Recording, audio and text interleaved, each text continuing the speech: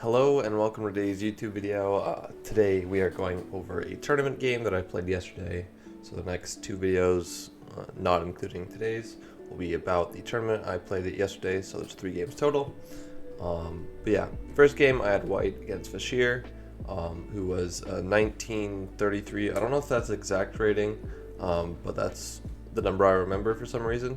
But yeah, I played d4, and we're going to play a Jobava London, as always, and he plays bishop f5.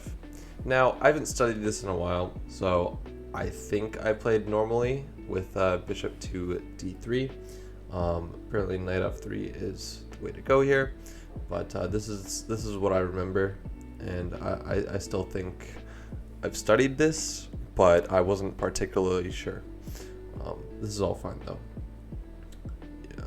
Here I was thinking about bishop g5 because if he plays f6, that weakens his bishop. So I would take h takes and maybe play queen to d3, because if f takes, then I take with check and I pick up the knight. Actually, that's not true because the rook seats the knight. But I had ideas like that, but then I calculated a bit and I'm like, oh, okay, this is just defended. I saw that during the game, and then I was like, okay, whatever. I'll just do this and get a nice outpost on e5. Although it's not as effective as if there's a knight on f6, but it's okay. Apparently wants a pin here. I should probably be still playing h5 here, but that drops a pawn, so I didn't particularly want to do that. So I play knight to e5, cutting off the circulation of the bishop from the pawn. So he takes with the bishop and I take with the knight, now protecting this pawn.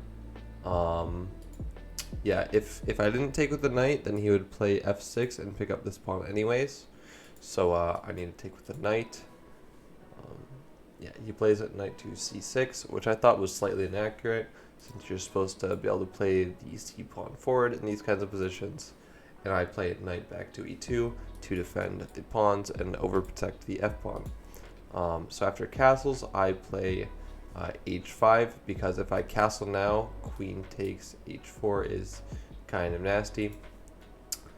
So he plays h6, and immediately I saw that weakened the g6 square. So I can put my knight on e5 again. And the reason I thought this was good is because he can't play f6. So if he plays f6, I plant my knight on g6 and it's permanently there. But this is inaccurate because he can just trade. But it's still good for me in a sense, because I get to correct my pawn structure, I get a nice center, and everything is kind of defended. But I think maybe taking with the d pawn was actually a good alternative, because that stops his queen from coming over. And as you'll notice in the game, I calculated queen to g5, hitting the g pawn, and also the h pawn. I kind of defend everything with knight to g3, but I think he finds the best move here with f6. This is the entire reason that knight to g3 is a mistake, and I missed a move here. I thought he would take with the rook, and I just completely didn't even calculate queen takes. But if you'll notice, after pawn takes, queen takes, there's a fork. I can't defend both pawns, so I have to castle and play down a pawn. It wants me to trade to queens, which is absolutely crazy. Yeah, he plays rook a to e8, and I play c3, hitting the queen, and he is keeping the pressure on my king and pawn here, which is quite annoying. Yeah, I think this was the best plan for him. So I play rook to d1, putting pressure on this pawn. You'll be like, why didn't I play rook e1? Well, you'll see a little bit later on. Essentially, I want to pin this pawn. And you'll understand that why in a little bit. So after rook to f6, I play king to h1, getting out of the pin, so I can play f3 to defend my pawn. It's not the best, but it's a rapid game, and I don't have forever to think about everything.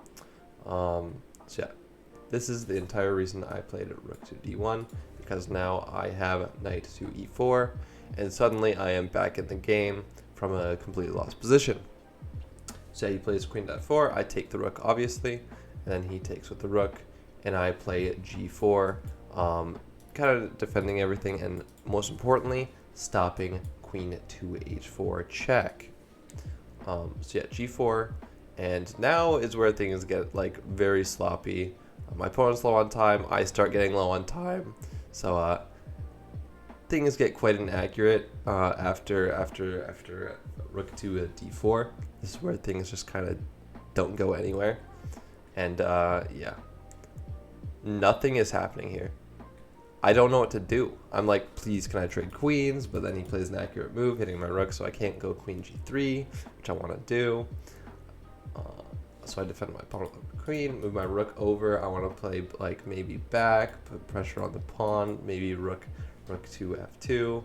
But yeah, things are really sloppy here. I go for a queen trade again. He doesn't trade obviously, and I play rook back to d2, trying to play rook to f2. So yeah, he allows me to do that, and he goes back, and I play f4, which I probably shouldn't have done. And the reason I shouldn't have done that is because knight to e4. But I was low on time. I'm just looking over everything, and I just need moves to play. Everything's kind of closed down, and now he has a great knight, so I'm not even better, in my opinion, anymore. So I play rook to e2, and yeah, g5 is just desperation to actually find a move. Obviously c4 is great here because it's chipping away at the structure holding the knight on e4. But yeah, I play g5, and g5 is terrible because the queen is looking at the pawn. That's like one of the main reasons. So he can simply sidestep with rook to f5, and I'm like borderline lost already. Like I'm lost again. So I play rook to d1.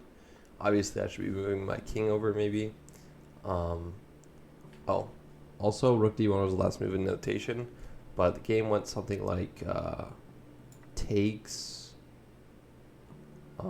I can't even remember what I think I went rook to h1. No. Takes. It was like queen f3. I don't know. Like it literally just a massive blunder. Wait, no, that's not what happened. I swear something happened before this happened. But I can't quite remember what happened. But I went something like this, and I was like borderline mated. It was pretty rough, to be honest. But we flagged him. I flagged him. I was like super lost. My king was hiding on h2 in front of my rook. His queen and rook were both over here. My rook was on g2. Like my rook got traded. It was pretty bad, but I flagged him. I'm like, I saw the time go to 0. I'm like, time, because I was like, oh my gosh, it was rough, honestly. After I won the exchange, I just didn't play accurately at all, and we kind of just didn't do anything after I won the exchange and locked up the king side. Of course, I should never be playing f4. I should be playing on the king side, the queen side there, but I just never did that because I was low on time. But yeah, anyways, it was still kind of an accurate game, even though it wasn't very professional. I had an accuracy of 82.0, and my opponent had an accuracy of 87.8. And the estimated ratings didn't give me one. I don't know why. It's not very nice sometimes about giving me estimated ratings. But yeah, I beat a 1933. Wasn't my best performance ever, but we got the job done. And yeah, I hope you enjoyed today's video. Don't forget to leave a comment down below, like and subscribe. And as always, I will see you in tomorrow's video.